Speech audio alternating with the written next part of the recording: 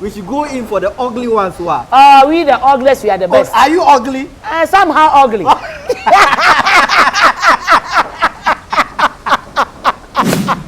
Everlove TV once again. Me gaba do the Upclose gologiado. Aba leke mi opone e share na. Never do the nyafe TikToker rekabo. One of the famous TikToker ikamanya. So far le nyongo dumole Volta original. She's one of the best. The language here Zana kono TikToker Upclose wonto nyaba Upclose is very unique. Ajagbe viara ganarema. It is a unique language and we have to appreciate. Me do it on gogba. Area mama on TikTok. Auntie, yes. Fike area mama, nkoma, fike that beautiful name. Leko wafing area mama, nkoma la shiu. Ma global area mama ntoa. Majego ma. Chu habo boade. Ike mi do le plau gologia. Ale banye ba untefo wo. Ale manana amu nemi hagbo amu pona jijo. Ye nye ba wona ga amu ga bonanga vana ngona nkore habobo ma female be habobo mo tonto dan komareji area mama I feel I'm a shama de show because of you I do afiara machina area mama la fiata ya gere habobo ya kata ko ma dai ko no honko area mama so ai na honko mari lakini nko mazami area mama azu yofugbe kaka gbegbe mana ko biya fe na awenya anu na fi akata na alo fi kana gbe podo ki o le kwa awenya to anu na afuma kata na mai ta awe ba malefa nyamre ka mali fi ata to asisi be na anye premi mo po na alo mo wona na de chi ma Georgine voko nyima ba de kuku no ya do nyima bia to cheke po na ma ke mo area mama ere na kuku na ma mare kuku e na na won wa kwa enyo na reku mo kaba nkai tena da kuku na mo ekpo ihe mamila manya fike na bachi am goto ko nya fike wa bachi cho akpa mre gba bele gblede na won den chi ko aba cho mama manya be class echoa mama ta do la foku dem ta amre sha da le mi ko soso mre ni na jago de bibi ha imo we nyi do re to mojo na nya ko bo na agboto na de kuku no bia as a TikToker nya afima je shiwa TikTok po wona we no wona yenwe ma je shiwa and then madogol one of the political party program so as a TikToker in Volta region looking at the people Voltarians appreciate me as how you want her ma glock ko be appreciation aba magbeto na ma amokata tan lo ma chichi odo na lo be adwuma lo amo kaka matan glock be amo olom kaka manye o kata o nyamate po adebo ba po kata o kom demo ala ba mfodo mo po na do mai atoto mo na mede vagapon ajoji na mede ta mata gbo na o kata o kom demo as a wanted as a TikTok day fika na pona o storyline your storyline you see there are some enyado na blona elamia do mo nya onto millions azam kaka we don't know it is so unique na na mago kaka on no never na gboga ba tro cover in a tro ashin a present na mi pla ajagba anya na mi ka asana to anya asana na mi amaro how do you feel how like na pona o storyline yo like na of develop na storyline yo akpa kaka ekpo anyado ware anya na na ka jojom le wonto jiwo edo ha anya na na ka jojom le community a edowa anya na na ka nya gbogoto a na me kele jojo la nyebo community matem pick na nchu gomo nyongo ma fumo malo alo nyoto na mlo anyi kaka na mo foko a ne maga dona lo ala ba makpo ba mi ya na mo wele ma no ala na mo gula mo makko wa mo no asitron ti kaka ko be va vite e ganye ba edo wa maga kpona amedeo TikTok ayo no dongo nam alo social media ba nglo maguna ame ayo glonya re no glofi akpere nti are na manuala tanya ma pick na akpamako ava policy because you are a TikToker storyline on a vacation or famous storyline you can walk you can now TikTok a blow now on a vanamico na ayireji okay mi na nanya TikTok blow tonto anya ba ma zunya to dokunya okay ma zuno kunya nto ma nanya dokunya la gbagba ma globe na nyɔnu vlo alo nyɔnu madzetugbe wa ŋutsuwo mete yana ne kunuwo sugbɔ elabe wo vlo ŋutsuwo mete yana ne kunuwo sugbɔ mese gɔme ame aɖe le keta mese gɔme ame aɖe le xɔxɔe mese gɔme wɔgbame na mi nyanya mese gɔme lo gbame na mi enye tɔ ɖe nye medzina ma gblɔ nya ŋutɔtɔ kaka leke gble fia kɔa magasi ame ne vi ɖe kpɔ nyɔnu vlo wa de ŋutsuwo mete nenema ko gake nenye be edzetugbe enya kpɔkpɔa ame sia ame le force be yadɔgbɔ kokokokoko atanza ga atanza joka atanza atumo bubu ɖe just to have sex with you gake nenye be you are ugly a eya kpɔ amre ame ya nka ya ko yike wɔ ge be obo mama nyigba anɔ anyi no wa sra fi me ke protected kero atɔ magare me he kero fia be mia ntsuwo a we should go in for the ugly ones wa we the ugliest we are the best are you ugly somehow ugly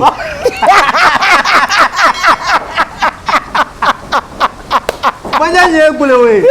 ye to gbule somehow today I don't see that she's such a beautiful woman here just beside me here. She's so beautiful. But what I've seen is what I'm saying. You are very beautiful. Thank you. So appreciate to me. I will say appreciate yourself as of now. So let's go on. Alaba unchuwa okona me oje tugbero o sana ngun de shade. Tamia me o kafla. Emi vlo video unchuo mo kpona mi agbo. E wona be mi agba mama nyigba eno na nyi na mi. Ai ke ganyuna le nwenye be nenye be o yo amade ba da koklo ablo amade ba otukara kplo wa na ma che onse ka jika si bo ami anyo wonya ro nso onye e ja tre me gbedom e ma yo kula be se man se girl ta awo gebe fofo ma reza awo gebe amaja fon na ganya be ya da koklo ha fofo ma lamane be e yo nyi be ya jetugbe wu a na do fotu kuma ne agbatugbe mani na gadu mani agbatugbe ne kaka onye ba wa vlo hota no zan kuma no ne sa no ha you are okay kaka vodi to emenyo le nwenye benari na eseto mi won gbegble mi le fide ye seto wa mo legia am fofolo to le na gba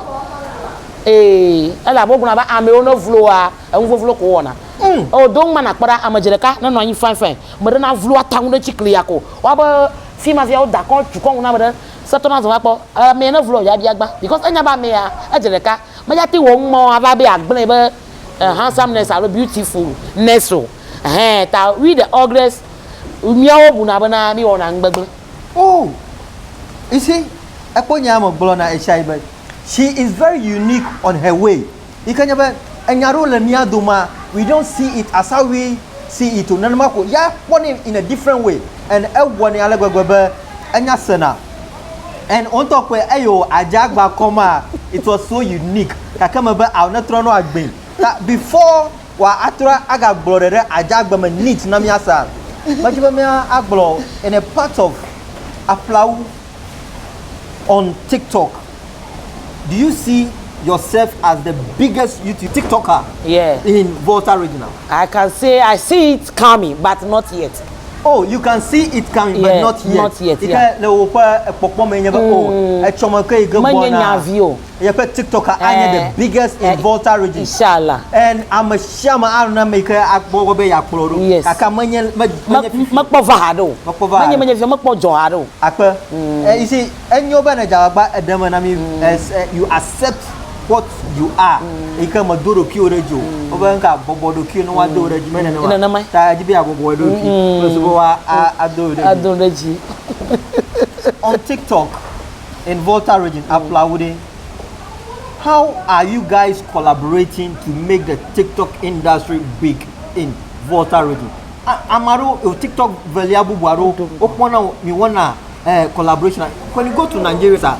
Apo Kiriku Etima Yona Amabubu, one of the famous guys, Okulawa combine our TikTok video. Napo me ayira me bo Okulawa TikTok video. Just plus over a wona you know your vakata. Is that thing happening in Volta region as one of the biggest TikToker in Volta region? Aha, nu ko bata gbulanya ba nyemate popoga ba nu ma na gbulama jojo mo.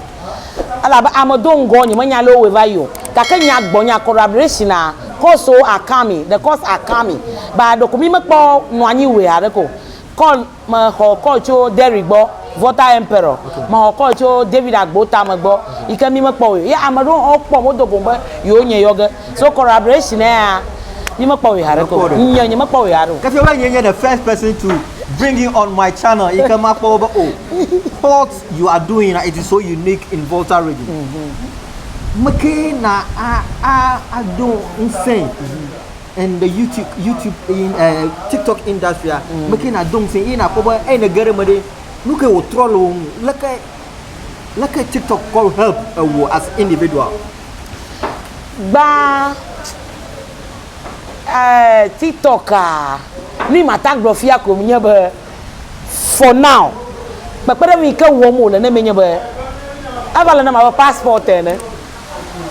abala na ba passport okay. And abala na ma ba manya amada ike abala mi kona mi on celebrity amankuta ala ba fi de so le ke madu afokwa amade le fuma no ga po ajo nya tata munyi we a mpona we enuo kwa na ba ba ngro nya ba kuhio ba ta ni yo na fi file nya ba adom daji maga po ma as a passport because na mado denjia na mo le ko ba tata we abai ta ko pereng ma na mo leng boy ma and as a TikToker, people raise money out from there, from gift giving. I do stage mic, uhana na biara kuma. Ninyaba mokoro afmaika na ho ganglo do abale ya mo kom. Nunga ambassador na nya ambassador na nu yala na nya ambassador. Mokoro afmaika. Mi mokmo ba mo na ba. Fique stage kana do fifile fiare nana kulumavano gwa fifile fia TikTok nto ba page enuna to fi ma bana na kemo baba ada ko kake aba amade kare karo ne a aba baba do go nchure last de ko ere mama anya na glonyi chwari do ko aba de male gbon wa nchure akra mi do go la plawo ba ya play ya so play pepe and I'm 100 series I'm 200 series I'm 50 series. Mara ayom le yovo debo be de kuku ma video ko na ma dogbene ma dogbero de 100 series. Ta for now aba individual la e pepem de nchi kaka TikTok nto page na na kemo po baba ma ko. Nyake na agbona tugbeje view de kaje video ke o ho full ba yo ha yo agere TikTok industry social media platform de yo ha yo akoba aleke na wo ma yo ha yo agere nyake la show na agbono maglona tugbeje vi ora make be ava TikTok be na jijia le mako na va na won to va kwa maganya me ke gona mo woyi kake na pa bota anya egblog be wa da pasha paji e do olifia mete na ntumete ya na ko ntumete to la homa kaka na gava pa magagba ma nyanyo ho mi manwusra na mi aso wo va TikTok la le gbegba me sha me kleto me de va kle hajiji me de va kle rudu madeva kle poem madeva kle acting ta magoba na tugbeje bia lo de ka de bia ava nu chuchu na le ma never di fia magaba copy amadeko and na glonyama wa enya ika makoba it is one of the facts ika ojeba na akwakoda kine amao because amara koba o ame ya wo malaka ha ya we wo manya ha ma ye ma wo no wo bada koba na jagba etochi enya afika ojewo ayi le TikTok industry I can hear about in future you see yourself to be one of the biggest ones in Upclose I feel upper locality when you Upclose in Bigolo we talk about we talk about avoidment right we talk about avoidment who appreciate you as a youth as a TikToker who don't have a video who about amayoke la jogene na how do you see that amiaba ma tisho do na loba aveno amagbo ma jena mango nye ba po mo to do na video nchi nye magbagbe ko kaka video do na gbogbo to la jogoto gbo kale nyake na gbo na ajogoto concerning over TikTok and now the name of the TikTok handler okay nye ba TikTok followers so viewers so likers so malomi Togo Benin Ghana Cote d'Ivoire in fact the whole world I love you all mi ko majima gbene bana mi noji abomaga kumi o for video enye ba o ba na ho tun na TikTok ka fra mo kuna be mama bia na mo la sinye gba o tare fitu ki mi ko be ano nye nam le TikTok kwa mi no nye na po mi o mi bia ngba amoli ga bia na mi o ha nyanye beta doji ngbanto ho manya TikTok o ko nyɛ ma kpɔtwe wi kla ho hye yi maga do nka mo ma do orphanage o lo kaka twe wi kla ho the little one you have yes you can help somebody out there enya katema I want to be helpful ma sa fu ba ye ma kpere twe wi kla ho hye o